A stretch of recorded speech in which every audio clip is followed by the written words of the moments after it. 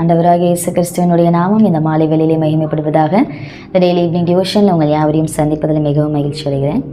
Fundamental டாக்ட்ரின்ஸில் 7வது காரியத்தை குறித்து தான் நம்ம இன்றைக்கி தியானிக்க போகிறோம். இதனுடைய ரெஃபரன்ஸ் நமக்கு தெரியும். அப்போஸ்தலர் 2ஆம் அதிகாரம் 38 முதல் 42 வரை உள்ள வசனங்கள் தான்.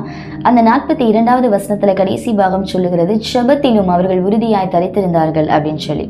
ஸோ இன்றைக்கி நம்ம தியானிக்க போகிற காரியம் ப்ரேயர், ஜெபம். இதை குறித்து தான் நம்ம தியானிக்க போகிறோம். ஆல்ரெடி இந்த டிவோஷனுடைய ஸ்டார்டிங்கில் நம்ம ப்ரேயர் அப்படின்ற டாப்பிக்கில் நம்ம ஒரு சில காரியங்களை தியானித்தோம். ஸோ அதில் தியானிக்காத ஒரு சில விஷயங்களை மாத்திரம் நம்ம இன்றைக்கி தியானிக்கலாம். ஒருவேளை நீங்கள் யாராவது அந்த வீடியோ பார்க்காம இருந்தீங்க அப்படின்னா நாங்கள் டிஸ்கிரிப்ஷனில் லிங்க் ஷேர் பண்ணுறோம். அந்த வீடியோவை பார்த்துட்டு வந்து இந்த வீடியோவை பாருங்கள். ஓகே, நான் நம்மளுடைய சிந்தையை இன்றைக்கு தியானத்திற்கு நேராக நம்ம திருப்பிக் கொள்ளலாம். ப்ரேயர் நம்ம பைபிளில் நம்ம பார்த்தோம் அப்படின்னா கிட்டத்தட்ட 650 ஜெபங்கள் நம்மளுடைய பைபிளில் சொல்லப்பட்டிருக்கு. அதில் 450 ஜெபங்களுக்கு ஆல்ரெடி தேவனிடத்திலிருந்து பதில் வந்ததாக குறிப்பிடுது. இதில் மீதி இருக்கிறதான 200 ஜெபங்களுக்கு தான் இன்னும் பிதாவாகிய தேவனிடத்திலிருந்து நமக்கு இன்னும் பதில் வராமல் இருக்குது அப்படின்னு சொல்லி அநேக பண்டிதர்கள் சொல்கிறாங்க. அது மாத்திரம் இல்லாமல் ஆண்டவராகிய இயேசு கிறிஸ்து இந்த உலகத்தில் வாழ்ந்ததான நாட்களில் முக்கியமாக ஆண்டவர் 25 இடங்களிலே அல்லது 25 முறை பிதாவாகிய தேவனை நோக்கி ஜெபித்திருக்கிறார் அப்படின்னு சொல்லி பலர் சொல்கிறாங்க. அது என்னென்ன அப்படின்னு சொல்லி நம்ம பார்க்கலாம். வசன ஆதாரத்தோடு நம்ம பார்க்கலாம். லூக்கா 3ஆம் அதிகாரம் 21, 22 வரை உள்ள வசனங்களை நம்ம வாசிக்கும் பொழுது, ஆண்டவராகிய இயேசு கிறிஸ்து ஞானஸ்தானம் எடுக்கும் பொழுது அவர் பிதாவை நோக்கி அவர் ஜெபிக்கிறத நம்ம பார்க்குறோம். மார்க் 1:35, 36 வசனங்களை நம்ம வாசிக்கும் பொழுது அந்த இடத்துல இயேசு கிறிஸ்து அதிகாலையிலே இருட்டோடு எழுந்து அவர் ஜெபம் பண்ணும்படியாக போனார் அப்படின்னு சொல்லி நம்ம வாசிக்கிறோம். லூக்கா 5:16 நம்ம வாசிக்கும் பொழுது ஆண்டவர் அநேக ஜனங்களை சுகப்படுத்துகிறார். அப்படி அவர்களை சுகப்படுத்தினதற்கு பின்பதாக அவர் பிதாவாகிய தேவனை நோக்கி ஜெபிக்கிறார். நம் லூக்கா 6ஆம் அதிகாரம் 12, 13 வசனங்களை நம்ம வாசிக்கும் பொழுது ஆண்டவராகிய இயேசு கிறிஸ்து 12 சீஷர்களை தெரிந்தெடுப்பதற்கு முன்பதாக அவர் தேவனை நோக்கி பிதாவை நோக்கி ஜெபித்துட்டு அதுக்கப்புறம் அவர் சீஷர்களை தேர்ந்தெடுக்கிறார்.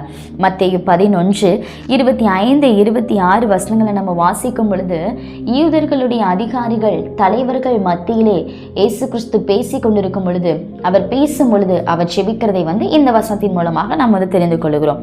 அது மாத்திரம் இல்லாமல் யோவான் 6ஆம் அதிகாரம் 11வது வசனம், மத்தேயு 14ஆம் அதிகாரம் 19வது வசனம், மார்க் 6ஆம் அதிகாரம் 41வது வசனம் அண்ட் லூக்கா 9ஆம் அதிகாரம் 16வது வசனத்தில் நம்ம வாசிக்கும் பொழுது இயேசு கிறிஸ்து 5000 பேரை போஷிக்கிறதற்கு முன்பதாக அந்த இருக்கிறதான அந்த அப்பத்தையும் 2 மீன்களையும் எடுத்து வானத்தை நோக்கி அவர் பிதாவுக்கு நன்றி செலுத்தி அதை பகிர்ந்து கொடுக்கிறத நாம் பார்க்கிறோம். மத்தேயு 14ஆம் அதிகாரம் 23வது வசனத்திலும், மார்க் 6ஆம் அதிகாரம் 46வது வசனத்திலும் மற்றும் யோவான் 6ஆம் அதிகாரம் 15வது வசனத்தில் நம்ம வாசிக்கும் பொழுது இயேசு கிறிஸ்து தண்ணீரின் மேலே நடப்பதற்கு முன்பதாக அவர் ஜெபிக்கிறார் அப்படின்னு சொல்லி வேதத்தில் சொல்லப்பட்டிருக்கு. அது மாத்திரம் இல்லாமல் மார்க் 7ஆம் அதிகாரம் 31 முதல் 37 வரை உள்ள வசனங்களை நம்ம வாசிக்கும் பொழுது ஆண்டவர் அநேக குருடர்களையும் செவிடர்களையும் சுகமாக்கும் போது அவர் பிதாவாகிய தேவனை நோக்கி ஜெபிக்கிறார் அப்படின்னு சொல்லி சொல்லப்பட்டிருக்கு. இதுவே நம்ம மத்தேயு 15ஆம் அதிகாரம் 36வது வசனத்திலும் மார்க் 8ஆம் அதிகாரம் 6, 7 வசனங்களை நம்ம வாசித்தோமே ஆனால் 4000 பேரை இயேசு கிறிஸ்து போஷிக்கிறதற்கு முன்பதாகவும் அவர் வானத்தை அண்ணாந்து பார்த்து வானத்தை நோக்கி பிதாவுக்கு நன்றி செலுத்துகிறதை நாம் அந்த இடத்துல பார்க்கிறோம். லூக்கா 9ஆம் அதிகாரம் 18வது வசனத்துல நம்ம வாசிக்கும் பொழுது பேதுரு இயேசுவை நீ கிறிஸ்து அப்படின்னு சொல்லி அறிமுகப்படுத்துவார் இல்லையா? அப்போ அதற்கு முன்பதாக அவர் பிதாவை நோக்கி ஜெபித்ததான ஜெபத்தை அந்த வசனங்களை நம்மளால பார்க்க முடியும். லூக்கா 9ஆம் அதிகாரம் 28, 29 வசனத்துல நம்ம வாசித்தோமானால் அந்த இடத்துல ஆண்டவராகிய இயேசு கிறிஸ்து மறுரூபமாகும் பொழுது அந்த வேளையிலே அவர் பிதாவை நோக்கி ஜெபிக்கிறதான வசனங்களை நம்ம அங்க பார்க்கிறோம். லூக்கா 10ஆம் அதிகாரம் 21வது வசனத்தில் நம்ம வாசிக்கும் பொழுது தேவன் இயேசு கிறிஸ்து 70 பேரை அவருடைய ஊழியத்திற்காக ஊழியம் செய்யும்படியாக தேவன் 70 பேரை நியமித்து வைத்திருப்பார். அந்த 70 பேருடைய அந்த வருகைக்காக, அந்த 70 பேருடைய வருகையை எதிர்நோக்கி தேவன் என்ன பண்ணுவார் அப்படின்னா, இயேசு கிறிஸ்து பிதாவை நோக்கி ஒரு இடத்துல ஜெபிப்பார். அதுதான் அந்த இடத்துல சொல்லப்பட்டிருக்கு, லூக்கால சொல்லப்பட்டிருக்கு. இதுவே லூக்கா 11ஆம் அதிகாரம் 1வது வசனத்தில் நம்ம பார்க்கும் பொழுது ஆண்டவராகிய இயேசு கிறிஸ்து சீஷர்களுக்கு ஜெபத்தை குறித்து போதிக்கிறதற்கு முன்பதாக அவர் பிதாவாகிய தேவனை நோக்கி ஜெபித்தாராம். அந்த இடத்துல நம்ம வாசித்தோம்னா தெரியும், இயேசு கிறிஸ்து ஜெபித்ததற்கு பின்பதாக தான் அவர் ஜெபித்துட்டு வர்றாரு. அப்போதான் அவருடைய சீஷர்கள் கேட்கிறாங்க, யோவான் தன்னுடைய சீஷர்களுக்கு ஜெபிக்க கற்றுக் கொடுத்தது போல நீங்க என்ன பண்ணுங்க, எங்களுக்கு கற்றுக் கொடுங்க அப்படின்னு சொல்லி கேட்கும் பொழுதுதான் இயேசு கிறிஸ்து என்ன பண்ணுகிறார், ஜெபத்தை சீஷர்களுக்கு கற்றுக் கொடுக்கிறார். அப்படி அந்த பிரேயரை சீஷர்களுக்கு கற்றுக் கொடுப்பதற்கு முன்பதாகவும் அவர் பிதாவாகிய தேவனோடு கூட அவர் ஜெபித்து விட்டு வருகிறார் அப்படின்னு சொல்லி சொல்லப்பட்டிருக்கு. அப்புறம் யோவான் 11ஆம் அதிகாரம் 41-42 வசனங்களை நம்ம வாசிக்கும் பொழுது மரித்த லாசருவை உயிரோடு எழுப்புவதற்கு முன்பதாக அவர் ஜெபித்தார் அப்படின்னு சொல்லி நம்ம பார்க்கிறோம். மத்தேயு 19ஆம் அதிகாரம் 13-15 வரை உள்ள வசனங்களும், மார்க் 10ஆம் அதிகாரம் 13-16 வரை உள்ள வசனங்களும், மற்றும் லூக்கா 18ஆம் அதிகாரம் 15-17 வரை உள்ள வசனங்களை நம்ம வாசிக்கும் பொழுது அந்த இடத்துல இயேசு கிறிஸ்து சிறு பிள்ளைகள் மீது தன்னுடைய கரத்தை வைத்து அவர் ஜெபிக்கிறதை இந்த இடத்துல நம்ம பார்க்கிறோம். யோவான் 12ஆம் அதிகாரம் 27-28 வசனங்களை நாம் வாசிக்கும் பொழுது இயேசு கிறிஸ்து பிதாவினுடைய நாமம் மகிமைப்படும்படியாக அந்த இடத்துல அவர் என்ன பண்ணுகிறார் அப்படின்னா ஜெபிக்கிறார் அப்படின்னு சொல்லி சொல்லப்பட்டிருக்கு. இதுவே மத்தேயு 26-26, மார்க் 14-22-23, லூக்கா 22ஆம் அதிகாரம் 19வது வசனம் இந்த இடத்துல நம்ம வாசிக்கும் பொழுது அந்த இடத்துல ஆண்டவருடைய அந்த திருவிருந்து அந்த இடத்துல நடக்குது. அந்த எப்படி சொல்லாது அந்த கடைசி ராப்போஜனம் இல்லை, அவங்க ஆண்டவராக இயேசு கிறிஸ்து சீஷர்களோடு கூட கடைசியாக என்ன பண்ணார் அப்படின்னா அந்த பஸ்காவை நம்ம பழைய ஏற்பாட்டினுடைய அந்த இதில் பார்க்கும்போது புதிய ஏற்பாட்டிலேயே அதில் பஸ்கா அப்படின்னு சொல்லி சொல்லப்பட்டிருக்கு. அதை தன்னுடைய சீஷர்களோடு கூட கடைசியாக அனுசரித்தார் இல்லையா, அப்பொழுது அவர் என்ன பண்ணுறார் அப்படின்னா ஜெபிக்கிறார் அப்படின்னு சொல்லி சொல்லப்பட்டிருக்கு. இதுவே லூக்கா 22ஆம் அதிகாரம் 31-32 வசனங்களை நம்ம வாசிக்கும் பொழுது அந்த இடத்துல ஆண்டவராக இயேசு கிறிஸ்து பேதுருவிட்ட ஒரு வார்த்தை சொல்லுவார் இல்லையா, இந்த மாதிரி பிசாசானவன் என்ன பண்ணினா சுனகுனால போட்டு புடைக்கிறது போல அவங்கள புடைக்கிறதுக்கு என்ன பண்ணான், உத்தரவு வாங்கி கொண்டான். நானும் உன் விசுவாசம் ஒளிந்து போகாதபடிக்கு உனக்காக வேண்டிக் கொண்டேன் அப்படின்னு சொல்லி சொல்றார். அப்போ அந்த இடத்துல அவர் பேதுருவுக்காக பிதாவாகிய தேவனை நோக்கி என்ன பண்ணுகிறார், ஜெபிக்கிறார். யோவான் 17ஆம் அதிகாரம் 1-26 வரை உள்ள வசனங்களை நம்ம வாசித்தோமானால் ஆண்டவராகிய இயேசு கெத்செமனேக்கு போவதற்கு முன்பதாக, அதாவது அவர் பாடுபடுவதற்கு கொஞ்சம் முன்பதாக அவர் பிதாவினுடைய சமூகத்தில் அவர் அமர்ந்திருந்து தனக்காகவும் தன்னுடைய சீஷர்களுக்காகவும் அவர் என்ன பண்ணுகிறார் அப்படின்னா ஜெபிக்கிறார். இதுவே மத்தேயு 26ஆம் அதிகாரம் 36-46 வரை உள்ள வசனங்களும், லூக்கா 22ஆம் அதிகாரம் 39-46 வரை உள்ள வசனங்களும், மார்க் 14ஆம் அதிகாரம் 32-42 வரை உள்ள வசனங்களை நம்ம பார்க்கும் பொழுது ஆண்டவராகிய இயேசு கிறிஸ்து அந்த கெத்செமனேல இருந்து, அந்த கெத்செமனே தோட்டத்தில் இருந்து தேவனுடைய சமூகத்தில் அவர் என்ன பண்ணுகிறார் அப்படின்னா 3 முறை அவர் பிதாவாகிய தேவனை நோக்கி ஜெபிக்கிறார் அப்படின்னு சொல்லி இந்த இடத்துல சொல்லப்பட்டிருக்கு. இதுவே லூக்கா 23ஆம் அதிகாரம் 34வது வசனத்தை நம்ம பார்க்கும்போது அவர் ஜெபிக்கிறார். அவருடைய பாடுகளின் மத்தியிலே, அதாவது அந்த அவர் இயேசு கிறிஸ்து அந்த சாட்டைகளால் அந்த அடி வாங்கும் பொழுது, எல்லாரும் அவரை அடிக்கும் பொழுது, அவர்களை பரியாசம் பண்ணும் பொழுது ஆண்டவராகிய இயேசு கிறிஸ்து ஒரு வார்த்தை சொல்லுவார், பிதாவே இவர்களுக்கு மன்னியும், தாங்கள் செய்கிறது இன்னதென்று அறியாதிருக்கிறார்கள் அப்படின்னு சொல்லி. அப்போ அவர்களுக்காக அந்த பாடுகளின் மத்தியிலே இயேசு கிறிஸ்து என்ன பண்ணுகிறார், அவர்களுக்காக அவர் ஜெபிக்கிறார். மத்தேயு 27ஆம் அதிகாரம் 46வது வசனத்திலும், மார்க் 15ஆம் அதிகாரம் 34வது வசனத்திலும் நம்ம வாசிக்கும் பொழுது அவர் மறுபடியுமாக தருவாயில் அவர் இருக்கும் பொழுது அவர் பிதாவை நோக்கி சொல்லுகிறார், ஏலி ஏலி லாமா சபத்கானி, என் தேவனே என் தேவனே ஏன் என்னை கைவிட்டீர் அப்படின்னு சொல்லி அவர் பிதாவை நோக்கி ஒரு ஜெபமாக அந்த இடத்துல அவர் இருக்கிறார். லூக்கா 23ஆம் அதிகாரம் 46வது வசனத்தில் நம்ம வாசிக்கும் பொழுது அவர் கடைசியாக அவருடைய ஜீவன் போகும் பொழுது பிதாவே உம்முடைய கைகளில் என் ஆவியை ஒப்புவிக்கிறேன் அப்படின்னு சொல்லி அவர் என்ன பண்ணுகிறார், ஜெபித்து தன்னுடைய ஜீவனை விடுக்கிறத நம்ம வந்து பார்க்கிறோம். இது மாத்திரம் இல்லாமல் லூக்கா 24ஆம் அதிகாரம் 30வது வசனத்தில் நம்ம வாசிக்கும் பொழுது ஆண்டவராகிய இயேசு கிறிஸ்து உயிர் தெழுந்ததற்கு அப்புறம் பரத்திற்கு ஏறி போவதற்கு முன்பு அவர் கடைசியாக தன்னுடைய சீஷர்களோடு கூட இருந்து அவர் வந்து என்ன பண்ணுவார் அப்படின்னா அந்த ராப்போஜனத்தை அவர் வந்து அனுசரிப்பார். அப்படி அந்த கர்த்தருடைய அந்த மேஜைக்கு முன்பதாக அவர் இருக்கும்போது அவர் என்ன பண்ணுகிறார் அப்படின்னா பிதாவாகிய தேவனை நோக்கி அவர் ஜெபிக்கிறதை நம்ம வந்து பார்க்கிறோம். கடைசியாக லூக்கா 24ஆம் அதிகாரம் 50 முதல் 53 வரை உள்ள வசனங்களை நம்ம பார்த்தோம் அப்படின்னா அவர் பரத்திற்கு எடுத்துக்கொள்ளப்படுவதற்கு முன்பதாக தன்னுடைய சீஷர்களுக்காக ஜெபித்து விட்டு அதற்கப்புறம் அவர் என்ன பண்ணுகிறார் அப்படின்னா பரத்திற்கு ஏறி செல்லுகிறார். இப்படி ஆண்டவராகிய இயேசு கிறிஸ்து இந்த உலகத்திலே வாழ்ந்ததான ஒவ்வொரு நாட்களிலும் எல்லா சூழ்நிலைகளிலும் அவர் தனியாக இருந்தும் சீஷர்களோடு இருந்தும் ஜனத்தோடு கூட இருந்தும் அவர் ஒவ்வொரு நாளும் தேவனுடைய சமூகத்திலே பிதாவாகிய தேவனுடைய சமூகத்திலே அவர் ஜெபிக்கிறவராக இருந்தார். அவர் தனியாக இருந்து ஜெபித்தார். சீஷர்களுடைய தேவைகளுக்காக, சீஷர்களுடைய ஆசீர்வாதத்திற்காக அவர் வந்து ஜெபித்தார். சுகமாக்குவதற்காக ஜெபித்தார். சுகமாக்கினதற்கு பின்பதாக அவர் வந்து ஜெபித்தார். ஞானஸ்தானம் எடுக்கப்படும் பொழுது அவர் ஜெபித்தார். இப்படி சொல்லணும் அப்படின்னு நான் சொல்லிட்டே போகலாம். அப்படி ஆண்டவராகிய இயேசு கிறிஸ்து இந்த உலகத்தில் வாழ்ந்ததான ஒவ்வொரு நாட்களிலும் தன்னுடைய வாழ்க்கையினுடைய எல்லா சூழ்நிலைகளிலும் ஒவ்வொரு காலகட்டங்களிலும் அவர் பிதாவாகிய தேவனை நோக்கி அவர் காத்திருக்கிறவராக காணப்பட்டார். அது மாத்திரம் இல்லாமல் சில இந்த சுவிசேஷ புத்தகங்கள்ல இன்னும் அநேக இடங்கள்ல வந்து சொல்லப்பட்டிருக்கு ஆண்டவராகிய இயேசு கிறிஸ்து எப்படியாக ஜெபித்தார், எப்பொழுதெல்லாம் ஜெபித்தார் அப்படின்னு சொல்லி சொல்லப்பட்டிருக்கு. அவர் வந்து அந்த இன்க்ளூடிங் இந்த ப்ரேயரையும் சேர்த்து தான், அதாவது அவர் வந்து சீஷர்களுக்கு ஜெபிக்கும்படியாக கற்றுக் கொடுப்பார் இல்லையா, அந்த ப்ரேயரையும் சேர்த்து தான் சில இடங்களில் வந்து சில இடங்கள்லன்னு சொல்றதை விட அநேக இடங்களில் அவருடைய ஜெபங்கள் அவர் ஜெபித்ததான விதங்களை குறித்து நாம் வந்து வேதத்தில் வாசிக்கிறோம்.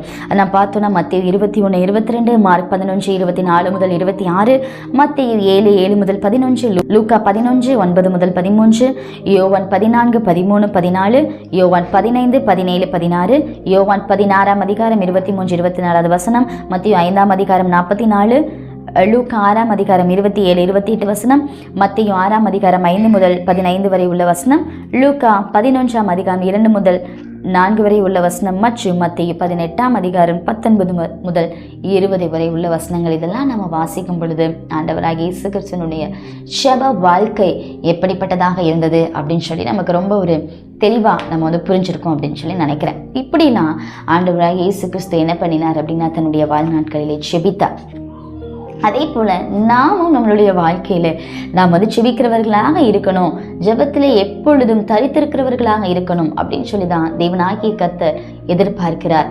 நம் வேதத்தினுடைய அடிப்படையில நம்ம பார்த்தோம் அப்படின்னா மனிதர்களாகிய நாம் நம்மளுடைய சூழ்நிலைகளுக்கு ஏற்றாற் போல நம்மளுடைய தேவைகளுக்கு ஏற்ப வண்ணம் அல்லது நம்மளுடைய பலவீனங்களுக்கு ஏற்ற வண்ணம் நம்மளுடைய சூழ்நிலைகளுக்கு ஏற்ற வண்ணம் நாம் வந்து பிதாவாகிய தேவனை நோக்கி அல்லது இயேசு கிறிஸ்துவை நோக்கி ஒவ்வொரு நாளும் நாம் ஜெபிக்கிறது உண்டு. அப்படி 24 விதமான ஜெபங்கள் அல்லது 24 சுச்சுவேஷன்ல நம்ம என்ன பண்ணுவோமா தேவனை நோக்கி நார்மலா நம்ம என்ன பண்ணுவோம் அப்படின்னா ஜெபத்தை ஏறெடுப்போம் அப்படின்னு சொல்லி வந்து சில பண்டிதர்கள் வந்து சொல்றாங்க. அது என்னென்ன அப்படின்றத நம்ம பார்ப்போம்.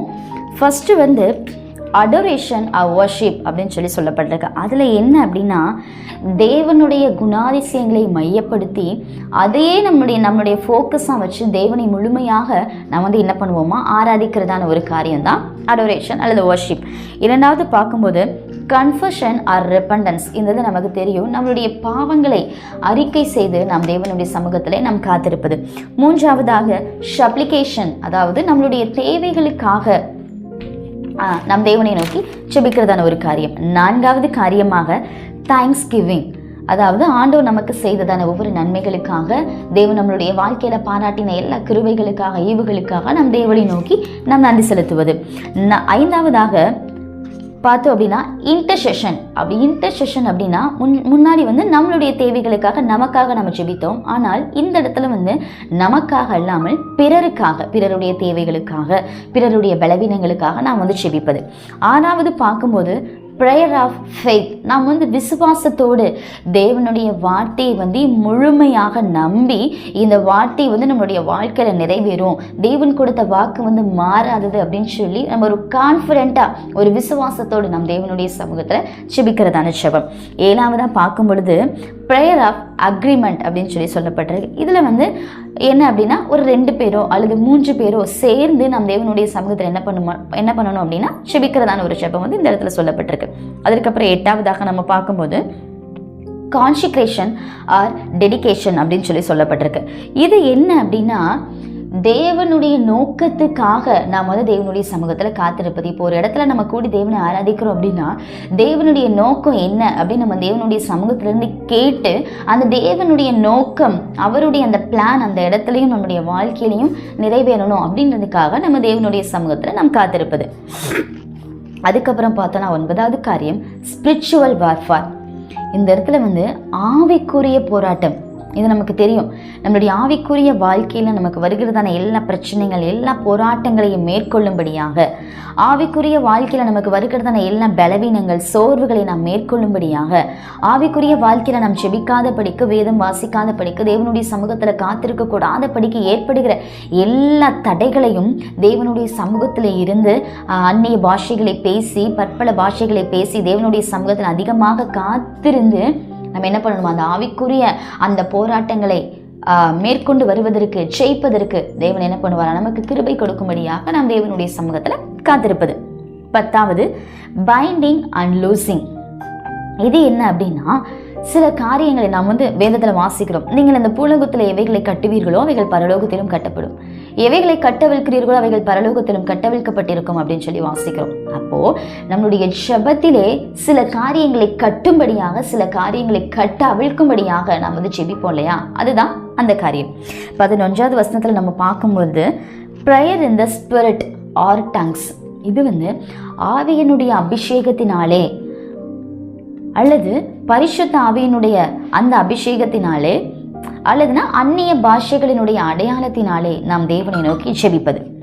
12வது காரியத்தை நாம் பார்க்கும் பொழுது கார்பரேட் ஆர் யுனைடெட் ப்ரேயர் அப்படின்னு சொல்லப்பட்டிருக்கு. இந்த இடத்துல வந்து ஒரு குரூப் ப்ரேயர். முன்னாடி வந்து ஒரு 2 பேர் 3 பேர் அப்படின்னு பார்த்தோம்.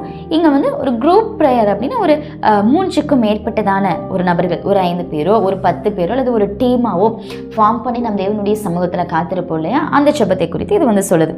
அப்புறம் 13வது காரியம் பார்க்கும்போது பெட்டிஷன் ஆர் டெலிவரன்ஸ். இந்த இது வந்து நம்மளுடைய பாவத்திலிருந்து விடுதலை பெறும்படியாக, அது நம்மளுடைய ஆவி ஆத்மா சரீரம் இந்த போன்றையுமே பாவத்தினுடைய அடிமைத்தனத்திலிருந்து அல்லது அந்த பாவத்தினுடைய வல்லமையிலிருந்து நாம் விடுவிக்கப்படும்படியாக, அதிலிருந்து நமக்கு ஒரு விடுதலை கிடைக்கும்படியாக நம் தேவனை நோக்கி செபிப்பது. 14வது காரியம் கண்டெம்ப்ளேஷன் ஆர் ஷோக்கிங் அப்படின்னு சொல்லப்பட்டிருக்கு. இது என்ன அப்படின்னா தேவனுடைய பிரசன்னத்திற்காக அவருடைய பிரசன்னத்தை அவருடைய மகிமையை நாம் உணரணும் அப்படின்னு சொல்லி ரொம்ப சைலண்டாக நாம் தேவனுடைய சமூகத்தில் காத்திருக்கிறது. நம்ம வந்து அநேக இடங்களில் நாம் வந்து வர்ஷிப் பண்ணும்போது சில வர்ஷிப் லீடர்ஸ் வந்து சொல்கிறது உண்டு, கொஞ்ச நேரம் ஒரு 2 நிமிஷம் அல்லது 1 நிமிஷம் எல்லாரும் சைலண்ட்டாக அமைதியாக இருந்து சைலண்ட்டாக கண்ண மூடி இருங்க, தேவனுடைய பிரசன்னம் நம்மை ஆளுகை செய்யும், தேவனுடைய பிரசன்னத்தை நம்மளால் வந்து உணர முடியும் அப்படின்னு சொல்லுவாங்க. ஸோ அப்படிப்பட்டதான ஒரு ஜெபம் தான் இந்த இடத்துல சொல்லப்பட்டிருக்கு. அப்புறம் 15வது காரியத்தை நம்ம பார்க்கும்போது மெடிடேஷன் ஆர் ஸ்கிரிப்சர் ப்ரேயர் அப்படின்னு. இது என்ன அப்படின்னா தேவனுடைய வார்த்தைகளை நாம் தியானித்து அதை வைத்து நாம் செபிப்பது. தேவன் இப்போ நமக்கு ஒரு வாக்கு கொடுக்கிறாரானால், இல்லை இந்த பாவத்தில் இருந்தோ இல்லை ஏதாவது ஒரு காரியத்திலிருந்து தேவன் ஒரு காரியத்தின் மூலமாக நமக்கு எச்சரிப்பு கொடுக்கிறாரானால் அந்த ஒரு வசனத்தை வைத்து நம்ம என்ன பண்ணுவோம், தேவனுடைய சமூகத்தில் வந்து செபிப்போம். அதுதான் 16வது காரியம் லெமண்ட், அதாவது புலம்பல்.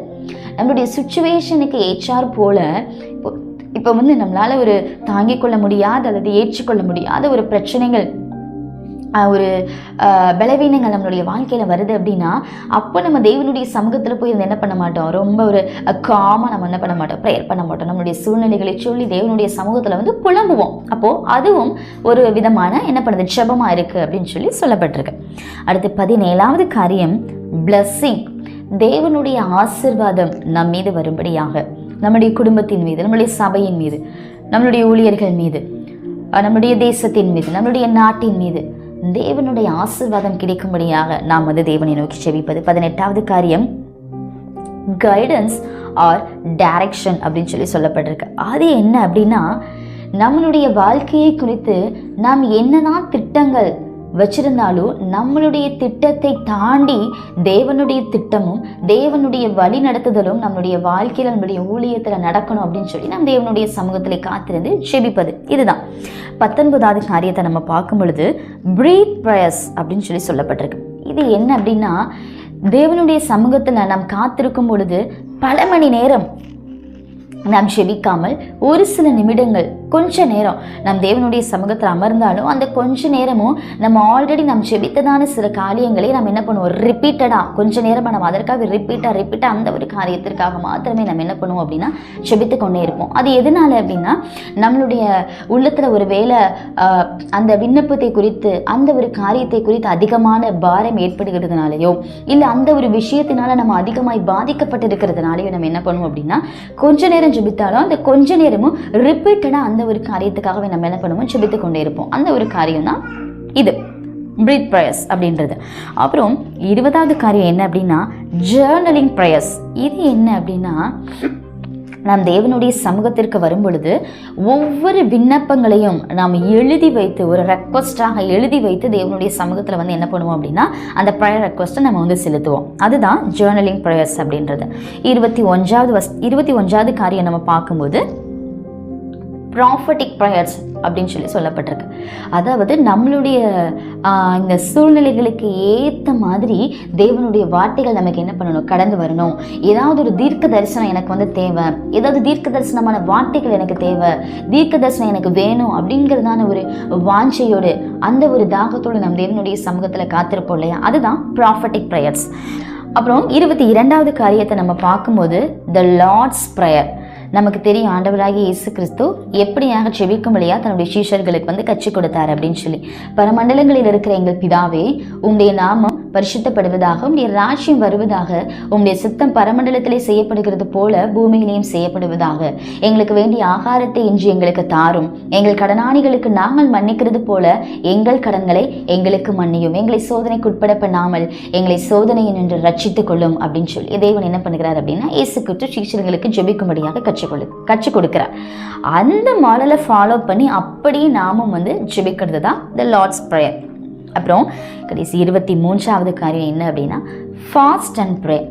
இங்கே வந்து நாம் உபவாசித்து தேவனுடைய சமூகத்தில் காத்திருப்பது. உபவாசித்து தேவனுடைய சமூகத்தில் காத்திருந்ததற்கு வேதத்தில் எவ்வளோ வந்து எக்ஸாம்பிள்ஸ் வந்து சொல்லப்பட்டிருக்கு. அப்படி நாம் உபவாசித்து தேவனுடைய சமூகத்தில் காத்திருப்பது. கடைசியாக 24வது காரியம் என்ன அப்படின்னா news paper R current events prayer அப்படின்னு சொல்லி.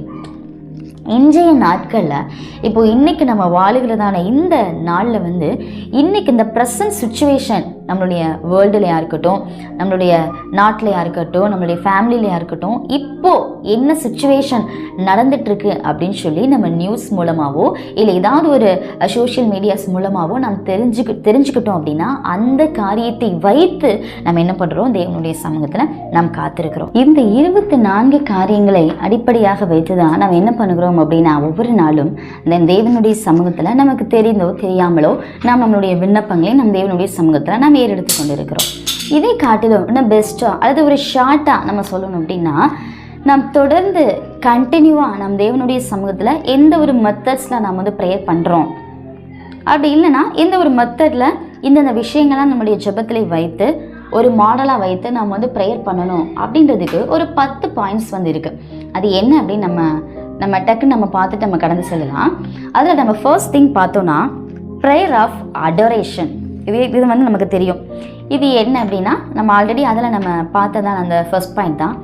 நம் பிதாவாகிய தேவனை நோக்கி ஆண்டவருடைய கேரக்டர் நோக்கி நம்ம அதை மாத்திரம் ஃபோக்கஸ் பண்ணி நம்ம தேவனுடைய சமூகத்தில் என்ன பண்ணுறது அப்படின்னா நம்ம அவரை முழு மனதோடு முழு உள்ளத்தோடு ஏக சிந்தையோடு நம்ம வந்து தேவனை வந்து ஆராதிப்பது. அதற்கு நம்ம வசனம் பார்க்கும் பொழுது சங்கீதம் 148:13வது வசனத்தில் நம்ம வாசிக்கிறோம், அவர்கள் கர்த்தரின் நாமத்தை துதிக்க கடவர்கள், அவருடைய நாமம் மாத்திரம் உயர்ந்தது, அவருடைய மகிமை பூமிக்கும் வானத்திற்கும் மேலானது அப்படின்னு சொல்லி வாசிக்கிறோம். அப்போது தேவனை நோக்கி அவருடைய குணாதிசயங்களை மாத்திரம் நோக்கி தேவனை மாத்திரமே நம்மளுடைய மையமாக வைத்து அவரை நாம் உயர்த்துவது தான். 2வது காரியம் ப்ரேயர் ஆஃப் தேங்க்ஸ் கிவிங். அதுதான் தேவன் நம்முடைய வாழ்க்கையில் செய்ததான எல்லா நன்மைகளுக்காக, தேவன் நம்முடைய வாழ்க்கையில் கொடுத்ததான நம்முடைய குடும்பங்களுக்காக, நமக்கு கொடுத்த ஆசீர்வாதங்களுக்காக, நமக்கு கொடுத்த சுகத்திற்காக, பலத்திற்காக, ஜீவனுக்காக, ஆரோக்கியத்திற்காக தேவனுக்கு நாம் நன்றி செலுத்துறது. இது நம்ம வசனத்தை பார்க்கும்பொழுது 1 நாளாகமம் 16ஆம் அதிகாரம் 34, 35 வரை உள்ள வசனங்களை நம்ம வாசிக்கும் பொழுது 34வது வசனத்தில் சொல்லப்பட்டிருக்கு, கர்த்தரை துதியுங்கள், அவர் நல்லவர், அவர் கிருபை என்றும் உள்ளது அப்படின்னு சொல்லி வாசிக்கிறோம். இதுவே நம்ம இங்கிலீஷில் பார்க்கும்போது give thanks to the Lord அப்படின்னு சொல்லி சொல்லப்பட்டிருக்கு. அப்போது ஆண்டவரை நாம் எதற்காக நம்ம துதிக்கணும், அவரை நம்ம எதற்காக துதிக்கணும், எதற்காக ஆராதிக்கணும் அப்படின்னா, இதுவரை தேவன் நமக்கு கொடுத்ததான எல்லா கிருபைகளுக்காக நன்றி செலுத்தி நாம் என்ன பண்ணணுமா, தேவனை நாம் துதிக்கணும் அப்படின்னு சொல்லி சொல்லப்பட்டிருக்கு. 3வது காரியம், ப்ரேயர் ஆஃப் கன்ஃபெஷன். நம்மளுடைய பாவத்தை தேவனுடைய சமூகத்தில் அறிக்கையிட்டு, நம்மளுடைய பாவத்திற்காக தேவனுடைய சமூகத்தில் மன்னிப்பு கேட்டு நாம் தேவனுடைய சமூகத்தில் நாம் ஜெபிக்கிறவர்களாக இருக்கணும். இது சங்கீதம் 32:5வது வசனத்தில் நம்ம வாசிக்கிறோம், நான் என் அக்கிரமத்தை மறைக்காமல் என் பாவத்தை உமக்கு அறிவித்தேன், என் மீறுதல்களை கர்த்தருக்கு அறிக்கையிடுவேன் என்றேன், தேவரே என் பாவத்தின் தோஷத்தை மன்னித்தீர் அப்படின்னு சொல்லி சங்கீதக்காரன் சொல்கிறார். அப்போ நம்மளுடைய பாவங்களை தேவனுடைய சமூகத்திலே அறிக்கையிடும் பொழுதுதான் நமக்கு மன்னிப்பு கிடைக்கும். தன் பாவங்களை மறைக்கிறவன் வாழ்வடைய மாட்டான், அவைகளை அறிக்கை செய்து விட்டு விடுகிறவனோ இரக்கம் பெறுவான் அப்படின்னு வேதத்துல வாசிக்கிறோம். அப்போ தேவனுடைய சமூகத்தில் நம்முடைய பாவங்களை அறிக்கையிடும் பொழுது தேவனிடத்திலிருந்து நமக்கு பாவ மன்னிப்பு உண்டு. அப்புறம் 4வது காரியம், பிரேயர் ஆஃப் ஓஸ் அப்படின்னு சொல்லி சொல்லப்பட்டிருக்கு. அது என்ன அப்படின்னா, தேவனுடைய சமூகத்துல நம்ம ஒரு விஷயத்திற்காக நம்ம காத்திருக்கும் பொழுது தேவன் எனக்கு இதை செஞ்சே ஆகணும், இதை செய்யலை அப்படின்னா நான் என்ன பண்ண மாட்டேன், தேவனை நான் விட மாட்டேன். யாக்கோபு சொல்லுவார், நீ என்னை ஆசீர்வதித்தாலும் இல்லையே நான் போக விட மாட்டேன் அப்படின்னு சொல்லி. அந்த மாதிரி எப்படின்னா, ஒரு சபதம் எடுத்த மாதிரி, இதை எனக்கு ஆண்டவர் செய்கிறேன்னா நான் ஆண்டவருக்காக நான் எந்த ஒரு காரியமும் நான் செய்ய மாட்டேன், இந்த காரியத்தை ஆண்டவர் எனக்கு செஞ்சு கொடுக்கல அப்படின்னா நான் இந்த ஒரு விஷயத்தை நான் ஆண்டவருக்காக செய்ய மாட்டேன் அப்படின்னு சொல்லி ஒரு சபதம் எடுத்த மாதிரி நம்ம இருப்போம் இல்லையா, அந்த ஒரு ஜெபத்தை தான் இந்த இடத்துல குறிப்பிடுகிறது. அதுக்கு எக்ஸாம்பிளாக நம்ம பார்த்தோம் அப்படின்னா 1 சாமுவேல் 1ஆம் அதிகாரம் 10-11 வசனத்தில் நம்ம வாசிக்கும் பொழுது 1 சாமுவேல் 1ஆம் அதிகாரம் அப்படின்னு சொல்லி நமக்கு சொன்னாவே தெரியும். சாமுவேலில் அந்த இடத்துல அன்னாளுடைய இன்சிடென்ட் தான் வருது. சாமுவேலனுடைய பிறப்பினுடைய காரியங்கள் நம்ம 9-10 வசனங்கள் 10-11 வசனங்கள் வாசிக்கலாம். அவள் போய் மனம் கசந்து மிகவும் அழுது கர்த்தரை நோக்கி விண்ணப்பம் பண்ணி, சேனைகளின் கர்த்தாவே, தேவரீர் உம்முடைய அடியானின் சிறுமையை கண்ணோக்கி பார்த்து உம்முடைய அடியேனை மறவாமல் நினைத்தருளி உமது அடியானுக்கு ஒரு ஆண் பிள்ளை கொடுத்தாள். அவன் உயிரோடு இருக்கும் சகல நாளும் நான் அவனை கர்த்தருக்கு ஒப்பு கொடுப்பேன். அவன் தலையின் மேல் சவரகன் கத்தி படுவதில்லை என்று ஒரு பொருத்தனை பண்ணினாள் அப்படின்னு சொல்லி நம்ம வாசிக்கிறோம். அப்போது இந்த இடத்துல அன்னாள் அவர் எப்படி ஜெபிக்கிறார் அப்படின்னா, நீங்கள் எனக்கு ஒரு ஆண் பிள்ளையை கொடுத்தீங்க அப்படின்னா நான் என்ன பண்ணுவேன், நான் உங்களுக்கு அந்த ஆண் பிள்ளையை உயிரோடு இருக்கும் மட்டும் நான் அந்த ஆண் பிள்ளையை நான் உங்களுக்காகவே நான் கொடுத்துருவேன் அப்படின்னு சொல்லி ஒரு பொருத்தனை பண்ணி அவர் ஜெபிக்கிறார். அப்போது ஒரு சபதம் அப்படின்னு நம்ம ஒரு சைடு நம்ம எடுத்துக்கிட்டாலும், இன்னொரு சைடு நம்ம பொருத்தனையோடு தேவனுடைய சமூகத்தை நாம் ஜெபிக்கிறது, அப்படியும் கூட நம்ம இதை புரிஞ்சுக்கலாம். அப்புறம் 5வது காரியத்தை நம்ம பார்க்கும்போது ப்ரேயர் ஆஃப் குவைட் ரிஃப்ளெக்ஷன். குவைட்னு சொல்லும்போது நமக்கு தெரிஞ்சிருக்கும்னு நினைக்கிறேன். நம்ம தேவனுடைய சமூகத்தில் ரொம்ப சைலண்ட்டாக அமைதியாக நம்ம தேவனுடைய சமூகத்தில் காத்திருந்து ஜெபிக்கிறது. நிறைய பேர் சொல்லுவாங்க, நம்ம சத்தம் போட்டு கத்தி நம்ம பாடி தேவனை ஆராதிச்சு துதிக்கிறத விட ரொம்ப சைலண்ட்டாக அமைதியாக ஒரு இடத்துல இருந்து அப்படியே கண்ணை மூடி தேவனுடைய பிரசன்னத்தை மாத்திரம் நம்ம அப்படியே எதிர்நோக்கி நம்ம தேவனுடைய சமூகத்தில் இருக்கும் பொழுது எல்லா ப்ரேயர்ஸை காட்டிலும் அது ஒரு வேல்யூபிளான ஒரு ப்ரேயராக இருக்கும் அப்படின்னு சொல்லி நிறைய பேர் சொல்லுவாங்க. ஆக்சுவலாக நம்ம சைலண்ட்டாக இருந்தால் மாத்திரம்தான் நம்மளை ஜெபம் கேட்கப்படுமா, அப்படி தான் நம்ம ஜெபிக்கணுமா அப்படின்னு கேட்டால் கிடையாது. பட் நம்ம அப்படியும் கொஞ்ச நேரம் என்ன பண்ணுவோம், நம்மளுடைய தேவனுடைய சமூகத்தில் நம்ம வாய்களை விரிவாக திறந்து சத்தம் போட்டு நம்ம கத்தி நம்ம கைகளை தட்டி நம்ம பாடல் பாடி ஆராதிச்சாலும் ஜெபிச்சாலும் ஒரு செகண்ட் நம்ம சைலண்ட்டாக இருந்து நம்ம என்ன பண்ணணும், தேவனுடைய பிரசன்னத்தை நாம் வாஞ்சிக்கிறவர்களாக நம்ம அது இருக்கணும். அதற்கு சங்கீதம் 63:6 வசனத்தில் நம்ம வாசிக்கிறோம், என் படுக்கையின் மேல் நான் உம்மை நினைக்கும் போது ராட்சாமங்களில் உம்மை தியானிக்கிறேன் அப்படின்னு சொல்லி சொல்லுகிறார். அப்போ படுக்கையின் மேல் நான் உம்மை நினைக்கும் போது அப்படின்னு சொல்லி சொல்லப்பட்டிருக்கு. அப்போ படுக்கையின் மேல தேவனை நினைக்கணும், அந்த படுக்கையின் போது நம் தேவனை துதிக்கணும் அப்படின்னா அது எப்படி துதிக்க முடியும்? நம்மளை வாய்களை விரிவாக திறந்து நல்லா சத்தம் போட்டு நம்ம என்ன பண்ண மாட்டோம், தேவனை துதிக்க மாட்டோம். ரொம்ப சைலண்ட்டாக ரொம்ப குவாய்ட்டாக தான் நம்ம என்ன பண்ணுவோம், தேவனை துதிப்போம். அதுதான் நம்ம சைலண்ட்டாக தேவனுடைய சமூகத்தில் காத்திருக்கணும். 6வது காரியம் ப்ரேயர் ஃபார் ஹீலிங். இந்த இடத்துல நம்முடைய சுகத்திற்காக அல்லது பிறருடைய சுகத்திற்காக தேவன் ஒரு சுகத்தை தரும்படியாக அந்த பலவீனத்திலிருந்து மாறும்படியாக நம் தேவனை நோக்கி செபிப்பது.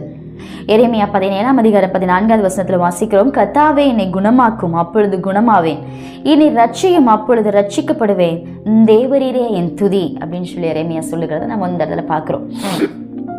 அப்போ தேவன் குணமாக்கினால் நாம் குணமாவோம், தேவன் ரட்சித்தால் நாம் ரட்சிக்கப்படுவோம். தேவன் ஒரு காரியத்தை நம்மளுடைய வாழ்க்கையில செய்யலை அப்படின்னா நமக்கு எதுவுமே நம்மளுடைய வாழ்க்கையில் என்ன பண்ணாது, நடக்காது, கிடைக்காது. அதுதான் உண்மை. அதனால நம்மளுடைய சுகத்திற்காக, நம்மை சார்ந்தவர்களுடைய சுகத்திற்காக நாம் தேவனை நோக்கி அந்த குணத்திற்காக நாம் செபிக்கிறவர்களாக நாம் இருக்கணும். அப்புறம் 7வது காரியம் நம்ம பார்த்தோம் அப்படின்னா ப்ரேயர் ஃபார் டெலிவரன்ஸ் அல்லது ஹெல்ப் அப்படி நம்ம எடுத்துக்கலாம். இது நம்மளுடைய அந்த பாவத்தினுடைய அந்த விளைவுகளிலிருந்து, பாவத்தினுடைய வல்லமைகளிலிருந்து தேவன் நமக்கு விடுதலை தரும்படியாக நாம் தேவனை நோக்கி செபிக்கணும். 107 சங்கீதம் 6 வாசிக்கிறோம், தங்கள் ஆபத்திலே கர்த்தரை நோக்கி கூப்பிட்டார்கள், அவர்கள் இக்கட்டுகளிலிருந்து அவர்களை விடுவித்தார் அப்படின்னு சொல்லி சொல்லப்பட்டிருக்கு. அப்போ இக்கட்டான சூழ்நிலைகளிலே தேவனை நோக்கி கூப்பிடும் பொழுது தேவன் நமக்கு விடுதலை கொடுக்கணும். ஆனால் நாம் அந்த விடுதலைக்காக நம் தேவனுடைய சமூகத்தை நாம் செபிக்கிறவர்களாக இருக்கணும். 8வது வசனத்தில் பார்க்குறோம், 8வது காரியமாக நம்ம பார்க்கிறோம் ப்ரேயர் ஆஃப் இன்டர்செஷன் அப்படின்னு சொல்லப்பட்டிருக்கு. இந்த இடத்துல வேதத்தில் ஒரு இடத்துல வாசிக்கும் பொழுது ஒருவருக்காக ஒருவர் செபிக்கணும் அப்படின்னு சொல்லி சொல்லப்பட்டிருக்கு. அப்போ பிறருக்காக, பிறருடைய தேவைகளுக்காக, பிறருடைய நலனுக்காக நம்ம என்ன பண்ணணும், தேவனுடைய சமூகத்திலே நாம் செபிக்கிறவர்களாக இருக்கணும். அதான் கொலோசியர் 1:9 முதல் 12 வரை உள்ள வசனங்களை நம்ம வாசிச்சோம் அப்படின்னா அந்த இடத்துல ரொம்ப தெளிவாக சொல்லப்பட்டிருக்கும். நம்ம அதில் வாசிப்போம். கொலோசியர் 1:9 முதல் 12.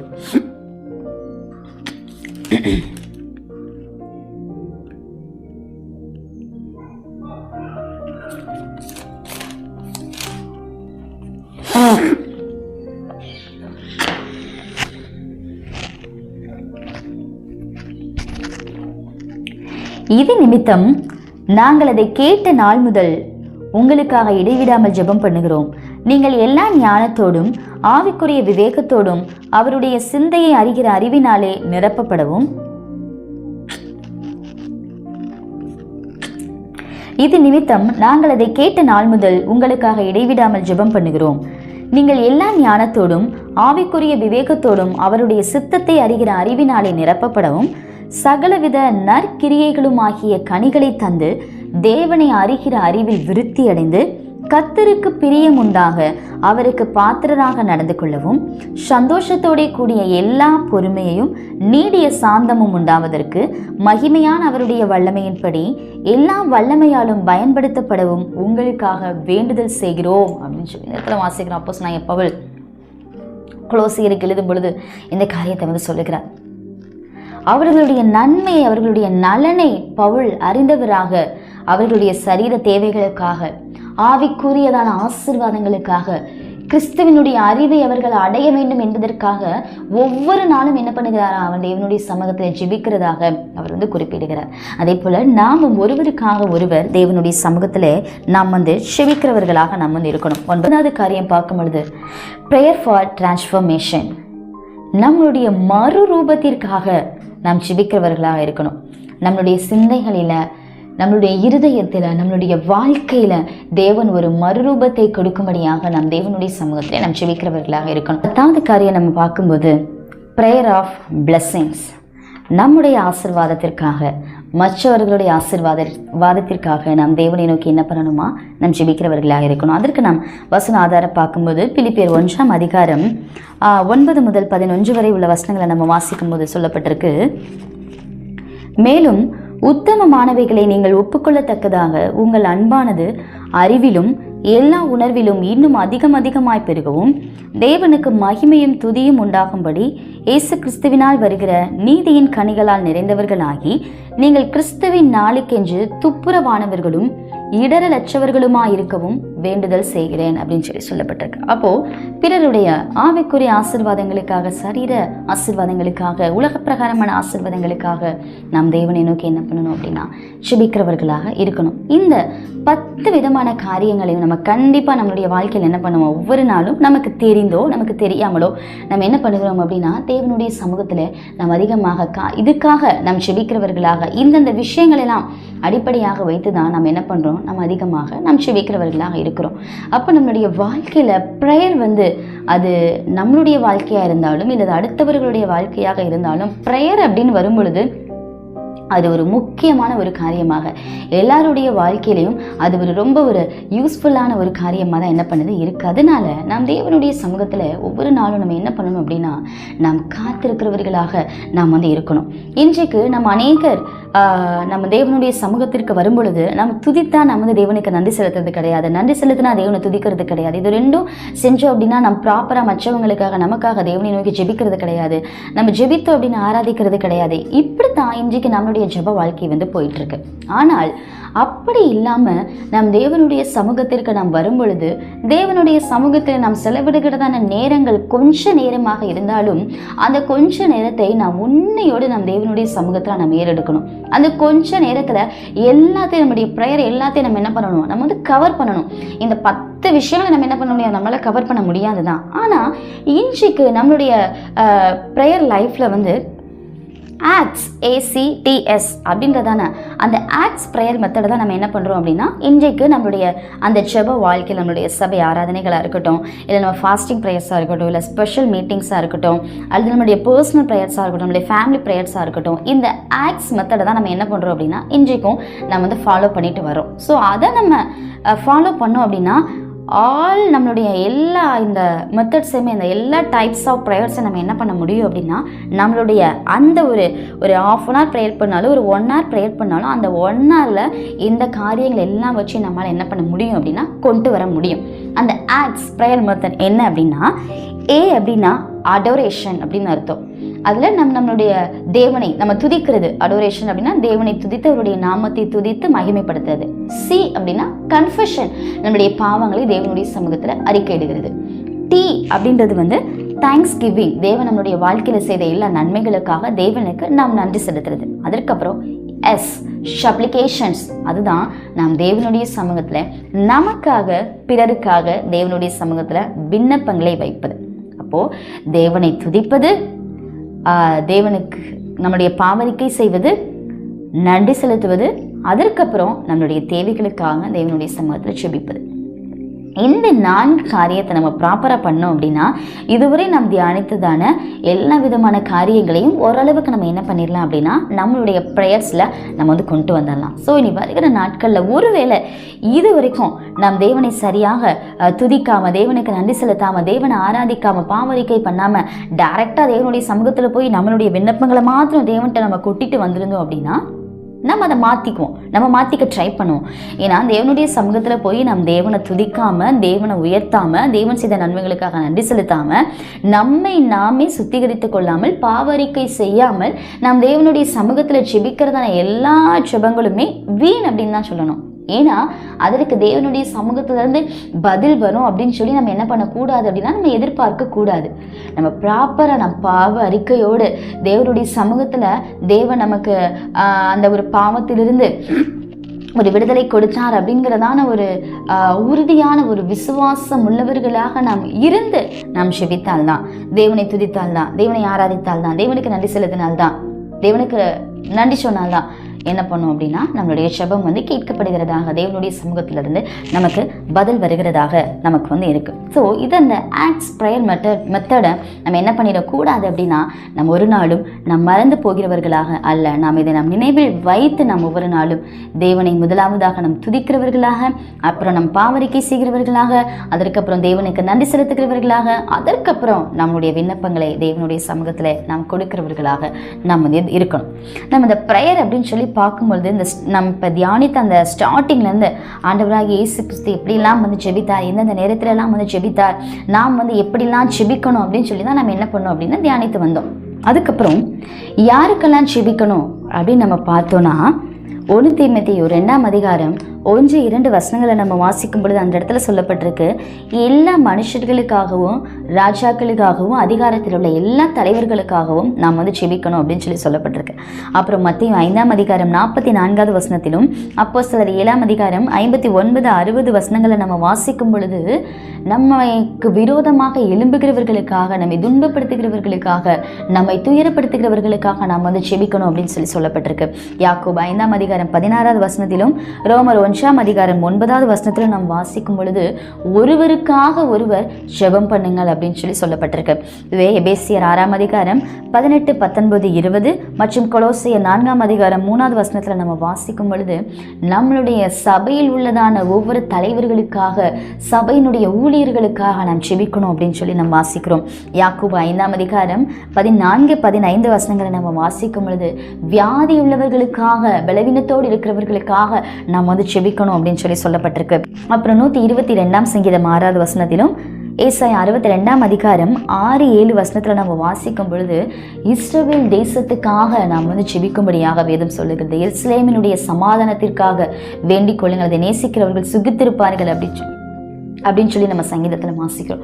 அப்போது இஸ்ரவேல் தேசத்திற்காக, அந்த தேசத்தினுடைய சமாதானத்திற்காக, ஜனங்களுக்காக நாம் ஜெபிக்கிறவர்களாக இருக்கணும். கடைசியாக ஆதியாகமம் 24ஆம் அதிகாரம் 12வது வசனத்திலும் மத்தேயு 14ஆம் அதிகாரம் 30வது வசனத்திலும் மற்றும் லூக்கா 23ஆம் அதிகாரம் 42வது வசனத்திலும் நாம் வாசிக்கும் பொழுது நமக்காக நாம் ஜெபிக்கிறவர்களாக இருக்கணும். அப்போது நம்ம எப்படியெல்லாம் ஜெபிக்கணும் அப்படின்றத பார்த்தோம். நம்ம யாருக்காகலாம் ஜெபிக்கணும் அப்படின்னு பார்த்தோம். நமக்கு மாத்திரம் இல்லாமல் ஒவ்வொரு காரியங்களுக்காக நம் தனித்தனியாக பலவீனத்தோடு இருக்கிறவர்களுக்காக, தலைவர்களுக்காக, எல்லா ஜனங்களுக்காக, சபைக்காக, ஊழியர்களுக்காக, பலவீனத்தோடு இருக்கிறவர்களுக்காக, ஒருவருக்காக ஒருவர், நமக்காக நம்ம என்ன பண்ணணுமா, தேவனுடைய சமூகத்தில் நாம் ஜெபிக்கிறவர்களாக இருக்கணும் அப்படின்னு சொல்லி வேதம் சொல்லுதுங்க.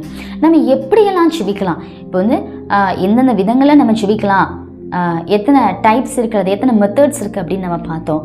யாருக்கெல்லாம் நம்ம ப்ரேயர் பண்ணணும் அப்படின்றத நம்ம பார்த்தோம். இனி நம்ம எப்படிலாம் நம்ம ப்ரேயர் பண்ணலாம், எப்படி நம்ம ப்ரேயர் பண்ணணும் அல்லது எப்படி ப்ரேயர் பண்ணலாம் அப்படின்றத நம்ம பார்த்தோன்னா ஒரு சில காரியங்களை மட்டும் நம்ம ஷார்ட்டாக நான் சொல்ல ஆசைப்பட்றேன். ஃபஸ்ட்டு நம்ம எப்படி ப்ரேயர் பண்ணணுமா, நம்ம பவிங் யுவர் ஹெட் ஆர் பாடி அப்படின்னா நம்மளுடைய தலையை வணங்கி அல்லது நம்மை தாழ்த்தி நம்ம என்ன பண்ணணுமா, தேவனுடைய சமூகத்தில் ஜெபிக்கிறது. அதுக்கு ஆதியாகமம் 24, 26, 27வது வசனத்தில் நம்ம வாசிக்கும் பொழுது ஆபிரகாமுடைய வேலைக்காரன் தன்னுடைய தலை வணிந்து தலை குனிந்து தேவனை அவன் தொழுது கொள்கிறான். யாத்திராகமம் 34, 8, 9 வசனத்தில் நம்ம வாசிக்கும் பொழுது மோசே தலை வணங்கினவனாக தலை குனிந்து தாழ்த்தி தேவனுடைய சமூகத்தில் ஜெபிக்கிறத நம்ம பார்க்கிறோம். இரண்டாவது காரியம் எப்படி நம்ம ஜெபிக்கலாம் அப்படின்னா, முழங்கால் மடக்கி நம்ம என்ன பண்ணணும், தேவனுடைய சமூகத்தில் நம்ம ஜெபிக்கிறவர்களாக இருக்கணும். அதை நம்ம தானியேல் 6ஆம் அதிகாரம் 10வது வசனத்தில் வாசிக்கும் பொழுது தானியேல் 3 முறை வழக்கம் போல அவள் ஜெபிக்கிறது படி அவள் முட்டை மடக்கி முழங்கால் படிட்டு அவன் ஜெபித்தான் அப்படின்னு சொல்லப்பட்டிருக்கு. பிலிப்பியர் 2ஆம் அதிகாரத்தில் நம்ம வாசிக்கும் பொழுது முழங்கால் யாவும் அவருக்கு முன்பதாக முடங்கும் அப்படின்னு சொல்லி வாசிக்கிறோம். அப்போ அடுத்து 3வது காரியம் என்ன அப்படின்னு பார்த்தோன்னா, ரைஸ் ஹேண்ட்ஸ், நம்மளுடைய கரங்களை உயர்த்தி நாம் தேவனை என்ன பண்ணணுமா, துதிக்கணுமா, செபிக்கணுமா. யாத்திராகமம் 9ஆம் அதிகாரம் 29வது வசனம், அது 17ஆம் அதிகாரம் 10 முதல் 13 வரை உள்ள வசனங்களில் வாசிச்சாலும் 1 ராஜாக்கள் 8ஆம் அதிகாரம் 54, 55, 63ஆம் சங்கீதம் 4வது வசனமும் 141ஆம் சங்கீதம் 2வது வசனமும் மற்றும் 1 தீமோத்தேயு 2ஆம் அதிகாரம் 8வது வசனத்தில் நம்ம வாசித்தோமானால் கரங்களை உயர்த்தி நாம் தேவனை துதிக்கணும் அப்படின்னு சொல்லப்பட்டிருக்கு. அதில் 1 தீமோத்தேயுல வாசிக்கும் போது பரிசுத்தமான கைகளை உயர்த்தி அப்படின்னு சொல்லப்பட்டிருக்கு. அப்புறம் நம்முடைய கரங்கள் பரிசுத்தமானவைகள் அப்படின்னு வேதம் சொல்லுது. அதனால நம் கரங்களை உயர்த்தி நம் தேவனை நம்ம துதிக்கிறவர்களாக ஜெபிக்கிறவர்களாக இருக்கணும். 4வது காரியம் ஸ்டாண்ட். நாம் நின்று கொண்டு நாம் என்ன பண்ணணுமா, தேவனை துதிக்கணும். நாம் நின்று நாம் தேவனை துதிப்பது அது எதற்கு ஒரு அடையாளமாக இருக்குது அப்படின்னா, அது ஒரு கணத்திற்கு, ஒரு மரியாதைக்கு அது அடையாளமாக இருக்குது அப்படின்னு சொல்லப்பட்டிருக்கு. நம்ம முழங்கால் படிக்கிட்டு நம்ம ஜெபிக்கிறத பார்க்கும்போது அது ஒரு ஹம்பிள் அப்படின்னு நம்ம சொல்லிக்கலாம், ஒரு தாழ்மையாக அப்படி சொல்லிக்கலாம். நம்ம கரங்களை உயர்த்தி நம்ம தேவன்கிட்ட சொல்லும்போது இனி நான் இல்லைப்பா, என்னால் இனி எதுவும் முடியாது, எல்லாமே நீ உங்களுடைய கரத்தில் அர்ப்பணிக்கிறேன், நீங்கள் தான் எனக்கு எல்லாம் செய்யணும் அப்படின்ற ஒரு கான்செப்டில் நம்ம கரங்களை உயர்த்தி நம்ம ப்ரேயர் பண்ணுறோம். நம்மளை முழுவதுமாக தேவனுடைய சமூகத்தில் சரண்டர் பண்ணி என்ன பண்ணுறோம், நம்ம ஜெபிக்கிறோம். அதுதான் நம்ம கரங்களை உயர்த்தி. இப்போது நம்ம நின்று கொண்டு அப்படின்னா அது தேவனுடைய சமூகத்தில் தேவனை கனப்படுத்துகிறதான ஒரு தேவனை மரியாதைப்படுத்தி நம்ம என்ன பண்ணுறோம் அப்படின்னா தேவனுடைய சமூகத்தில் காலத்தில் ஜெபிப்பது. இதில் 1 நாளாகமம் 23, 28 முதல் 31 வரை வசனங்களை நம்ம வாசிக்கும் பொழுது அந்த இடத்துல ஆரோனுடைய குமாரர்களும் லேவியர்களும் என்ன பண்ணுறாங்க அப்படின்னா ஒரு பகல் ஃபுல்லாக இரவு ஃபுல்லாக அவங்க என்ன பண்ணுறாங்க அப்படின்னா தேவனுக்கு முன்பதாக நின்று அவர்கள் தேவன்கிட்ட ஜெபித்ததை நம்ம பார்க்குறோம். இதுவே 2 நாளாகமம் 20ஆம் அதிகாரம் 2 முதல் 9 வசனங்களை நம்ம வாசிக்கும் பொழுது இந்த இடத்துல யோசபாத் அந்த ராஜாவுக்கு விரோதமாக அம்மோன் புத்திரரும் மோவாப் புத்திரரும் அந்த கீலேயாத் மலை தேசத்தாரும் அவர்களுக்கு விரோதமாக யுத்தம் செய்ய வரும் பொழுது யோசபாத் தேவனுக்கு முன்பதாக நின்று தேவனிடத்தில் அவர் விண்ணப்பங்களை ஏறெடுக்கிறத நம்ம வந்து பார்க்கிறோம். அதற்கப்புறம் லூக்கா 18ஆம் அதிகாரம் 9 முதல் 14 வரை உள்ள வசனங்களை நம்ம பார்க்கும் பொழுது அந்த இடத்துல பரிசேயன் ஆயக்காரன் ஜெபத்தை வந்து நம்ம பார்க்கிறோம். பரிசேயன் வந்து எப்படி ஜெபித்தான் தெரியும், ரொம்ப பெருமையா தன்னை பற்றி பெருமையா பேசி அவன் ஜெபிக்கிறான். ஆனா ஆயக்காரன் அவன் தூரத்திலே நின்று அவன் வானத்திற்கு கூட தன்னுடைய கண்களை ஏறெடுத்து பார்க்க துணியாமல் தன்னுடைய மார்பிலை அடித்து கொண்டு பாவியாக என் மீது கிருபையா இருங்கும் அப்படின்னு சொல்லி அவர் ஜெபிக்கிறார். அப்போ அவனும் தூரத்தில் அவன் நின்று அவன் தேவனை நோக்கி பார்த்தான் அப்படின்னு சொல்லி சொல்லப்பட்டிருக்கு. அடுத்த 5வது காரியமாக லைஃப் ப்ரஸ்ட்ரேட், இது வந்து சாஷ்டாங்கமாக விழுந்து தேவனை வந்து ஆராதிப்பது அல்லது செபிப்பது. இது வந்து எதுக்கு அடையாளமாக இருக்குது அப்படின்னா இதுவும் தாழ்மைக்கு ஒரு அடையாளமாக இருக்குது. நம்மளுடைய ஆவி, ஆத்மா, சரீரம் எல்லாத்தையும் நம்ம டோட்டலாக தேவனுடைய சமூகத்தில் சரண்டர் பண்ணி சாஷ்டாங்கமாக விழுந்து தேவனை நோக்கி பார்ப்பது. இதுக்கு நம்ம ஆதாரமாக பார்த்தோன்னா உபாகமம் 9ஆம் அதிகாரம் 18 முதல் 20 வரை உள்ள வசனங்களும் 25 முதல் 27 வரை உள்ள வசனங்களை நம்ம பார்க்கும்போது மோசே 40 நாளும் பகலும் இரவும் தேவனுடைய சமூகத்தில் அப்படியாக அவன் சாஷ்டாங்கமாக விழுந்து கிடந்தான் அப்படின்னு பார்க்குறோம். இதுவே 1 நாளாகமம் 21ஆம் அதிகாரம் 16-17 வசனங்களை நம்ம வாசிக்கும் பொழுது தேவன் வந்து தாவீது செய்த பாவத்தின் நிமித்தமாக அந்த ஜனங்கள் பாதிக்கப்பட்ட பொழுது இந்த ஜனங்கள் அழிக்கப்படாத படிக்கு, அழிந்து போகாத படிக்கு அந்த ஜனங்களுக்காக தேவனுடைய சமூகத்திலே அவன் சாஷ்டாங்கமாக விழுந்து கர்த்தரை என்ன பண்ணினான்னா கர்த்தரை நோக்கி பார்த்தான் அப்படின்னு சொல்லி நாம் பார்க்கிறோம். அடுத்து 6வது காரியமாக லுக் அப், மேலே பார்த்து நம்ம வந்து செபிப்பது. இதுக்கு ஆதாரமாக மார்க் 6ஆம் அதிகாரம் 36 முதல் 44 வரை உள்ள வசனங்களை நம்ம பார்க்கும்போது இது நமக்கு தெரியும். ஆண்டவராகிய இயேசு கிறிஸ்து 5 அப்பத்தையும் 2 மீனையும் கொண்டு 5000 பேரை போஷித்து மீதமாக 12 கூடை நிறைய எடுத்தார். அப்போ அந்த இடத்துல வந்து ஆண்டவர் என்ன பண்ணுறாரு அப்படின்னா இயேசு கிறிஸ்து வானத்தை அண்ணாந்து பார்த்து தேவனை நோக்கி அவர் ஜெபித்தார், ஆசீர்வதித்து ஜெபித்தார், நன்றி செலுத்தினார் அப்படின்னு சொல்லி நம்ம பார்க்குறோம். அதுக்கப்புறம் 7வது காரியமாக ப்ரே குவைட்லி, நம்ம வந்து அமைதியாக சைலண்டாக இருந்து நம்ம ஜெபிக்கிறது. அதற்கு வசன ஆதாரம் தான் 1 சாமுவேல் 1ஆம் அதிகாரம் 9 முதல் 18 வரை உள்ள வசனங்களை நம்ம வாசிக்கும் போது அன்னாளுடைய சம்பவத்தை நம்ம வந்து பார்க்கிறோம். அன்னாள் தன்னுடைய இருதயத்தை எல்லாம் தேவனுடைய சமூகத்தில் ஊற்றினாள் அப்படின்னு சொல்லப்பட்டிருக்கு.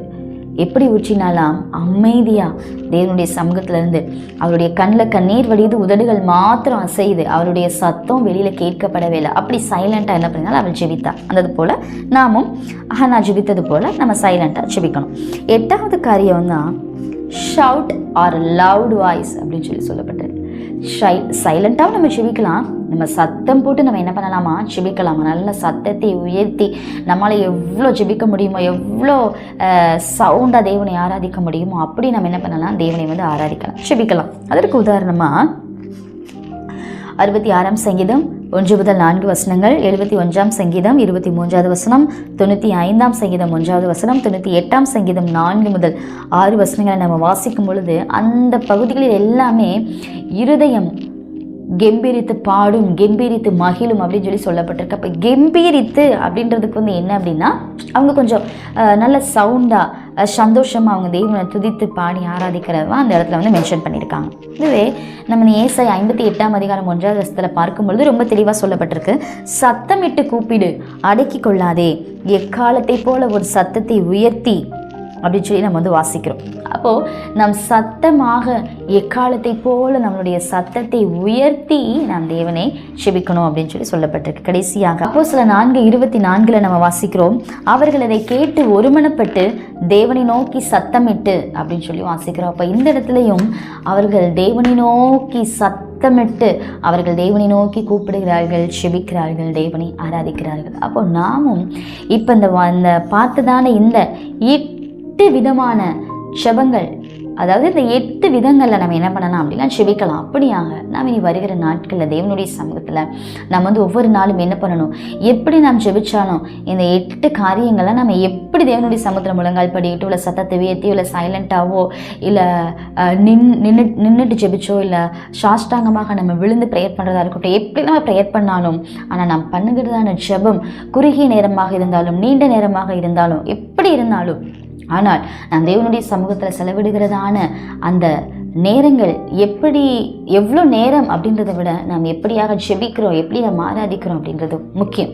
அதனால் நம்ம எப்படி ஜெபித்தாலும் நாம் தேவனுடைய சமூகத்தில் ஆவியோடும் உண்மையோடும் நாம் ஜெபித்து ஆராதித்து துதித்து நன்றி செலுத்தி விண்ணப்பங்களை நாம் தேவனுடைய சமூகத்தில் ஏறெடுக்கும் பொழுது அதுதான் ஒரு தேவனுக்கு உகந்ததான ஒரு காரியமாக வந்து இருக்குது. இன்றைக்கும் இயேசு கிறிஸ்து நமக்காக பரிந்து பேசி கொண்டிருக்கிறார் அப்படின்னு சொல்லி நம்ம வேதத்தில் வந்து வாசிக்கிறோம். அதற்கு ஆதாரமாக எவ்வளவோ வசனங்கள் வந்து சொல்லப்பட்டிருக்கு. நம்ம ரோமர் 8:34 வாசிக்கும் போது நமக்காக வேண்டுதல் செய்கிறவரும் அவரே அப்படின்னு வாசிக்கிறோம். எபிரேயர் 7:25 வாசிக்கும் பொழுது தேவனிடத்தில் சேருகிறவர்களுக்காக வேண்டுதல் செய்யும்படிக்கு அப்படின்னு சொல்லி வாசிக்கிறோம். எபிரேயர் 9:24 வாசிக்கும் பொழுது நமக்காக தேவனுடைய சமூகத்தில் அப்படின்னு வாசிக்கிறோம். 1 யோவான் 2:1 வாசிக்கும் போது நமக்காக பிதாவினிடத்தில் பரிந்து பேசுகிற இருக்கிறார் அப்படின்னு சொல்லி சொல்லப்பட்டிருக்கு. அப்போ ஜெபத்துல இன்றைக்கும் ஆண்டவராகிய இயேசு கிறிஸ்து நாம் செய்கிறதான பாவங்களுக்காக, நம்முடைய மீறுதல்களுக்காக, அக்கிரமங்களுக்காக நமக்காக பிதாவினிடத்திலே பரிந்து பேசுகிறவராக இருக்கிறாரா? அப்போது நாமும் என்ன பண்ணணும் அப்படின்னா, ஒவ்வொரு நாளும் தேவனுடைய சமூகத்திற்கு வரும்பொழுது நமக்காக மாத்திரம் அல்லாமல் பிறருக்கான நன்மைகளையும் நாம் நோக்குகிறவர்களாக, நாம் அவர்களுக்காகவும் பிறருக்காகவும் நாம் பரிந்து பேசுகிறவர்களாக தேவனுடைய சமூகத்தில் பிறருக்காக நாம் அதிகமாக நாம் தேவனுடைய சமூகத்திலே காத்திருந்து நாம் வந்து செபிக்கிறவர்களாக நாம் இருக்கணும். மார்ட்டின் லூத்தர் சொல்லுகிறார், to be a Christian without prayer is no more possible than to be alive without breathing அப்படின்னு சொல்லி சொல்கிறார். ஒரு மனுஷனுக்கு வந்து சுவாசம் இல்லாமல் வாழுகிறது எவ்வளோ ஒரு சாத்தியமில்லாத ஒரு காரியமோ, அதே போல தான் ஒரு கிறிஸ்தவனுக்கு ஜெபம் இல்லாமல் வாழவே முடியாது, அவனுக்கு வாழ்க்கையே இல்லை அப்படின்னு சொல்லி. அப்போது ஒரு கிறிஸ்தவன் அப்படின்னு அழைக்கப்படுகிறதுன்னு நாம் ஜெபிக்காமல் இருந்தோம் அப்படின்னா கிறிஸ்தவள் அப்படின்னு சொல்கிறதுக்கு எந்த ஒரு யூஸுமே வந்து கிடையாது, எந்த ஒரு அர்த்தமே கிடையாது. ஸோ நம்மளுடைய அனுதின வாழ்க்கையில் நம்ம அதிகமாக செபிக்கிறவர்களாக, நம்மளுடைய செப வாழ்க்கையிலே முன்னேற்றம் இருக்கிறதாக நாம் வந்து காணப்படணும். அப்புறம் எட்வின் ஹெர்வே என்கிறதான ஒரு பர்சன் சொல்லுகிறார், a day without prayer is a day without blessing and a life without prayer is a life without power அப்படின்னு சொல்லி சொல்கிறார். அதாவது ஜெபம் இல்லாமல் துவங்குகிறதான ஒரு நாள் வந்து ஆசீர்வாதம் இல்லாத ஒரு நாளாம். ஆனால் ஜெபம் இல்லாமல் துவங்கக்கூடியதான நம்மளுடைய வாழ்க்கை வந்து வல்லமை இல்லாமல், பலன் இல்லாத, சக்தி இல்லாத ஒரு வாழ்க்கை அப்படின்னு சொல்லி சொல்லப்பட்டிருக்கு. அப்போ நம்மளுடைய வாழ்க்கைக்கும், நம்முடைய ஆவிக்கும், நம்முடைய ஆத்மாவுக்கும், நம்முடைய சரீரத்திற்கும், நமக்கும், நம்முடைய குடும்பத்திற்கும், நம்முடைய சபைக்கும், நம்முடைய ஊழியங்களுக்கும், நம்மை சார்ந்தவர்களுக்கும், நம்மை சார்ந்து இல்லாதவர்களுக்கும், நாம் வாழுகிறதான பகுதிக்கும், நம்முடைய நாட்டிற்கும், நம்முடைய இந்திய தேசத்திற்கும் தேவையான ஒன்றே ஒன்று ஜெபம்தான். அந்த ஜெபத்தை நாம் கைவிட்டுட்டோம் அப்படின்னா நம்மளுடைய வாழ்க்கையில் எந்த ஒரு வெற்றிகளையும், எந்த ஒரு ஆசீர்வாதங்களையும் நம்மளால் காணவே முடியாது. நாம் ஜெபிக்கிறவர்களாக இருக்கணும்.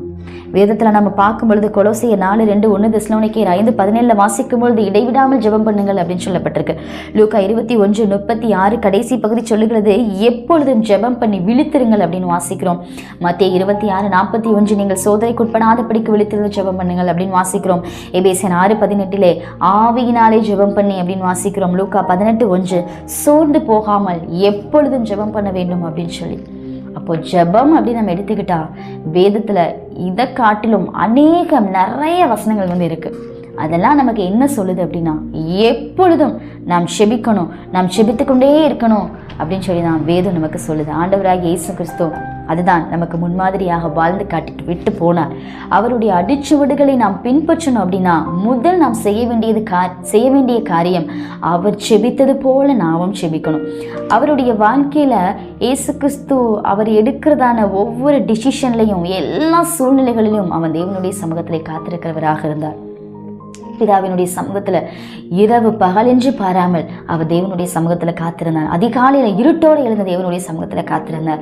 அதே போல நாமும் நம்மளுடைய வாழ்க்கையினுடைய எல்லா சூழ்நிலைகளிலும், எங்க போனாலும் வந்தாலும், என்ன காரியங்கள் செய்தாலும் செய்யாமல் இருந்தாலும், சும்மா இருந்தாலும், வேலையில இருந்தாலும், பிஸியா இருந்தாலும், நம்ம ஃப்ரீயாக இருந்தாலும் எல்லா டைம்லையும் நாம் தேவனுடைய சமூகத்தில் நாம் செபிக்கிறவர்களாக இருக்கும் பொழுது தான் நம்மளுடைய வாழ்க்கையில் ஒரு ஜெயம் உண்டாகும். எப்போ நம்மளுடைய வாழ்க்கையில் ஜெயம் என்கிற ஒன்று வருகிறது, ஜெபம் என்கிற ஒன்று வருகிறதோ, அப்போது ஜெயம் நாம் எதிர்பார்க்காமலே நம்மளுடைய வாழ்க்கையில் வரும் என்பதற்கு எந்த ஒரு சந்தேகமுமே இல்லை. தேவன் தாம் இந்த வார்த்தைகளை கொண்டு நம்ம ஒவ்வொருவரையும் ஆசீர்வதிப்பாராக. ஆமேன், ஆமேன். God bless you. தேங்க்யூ.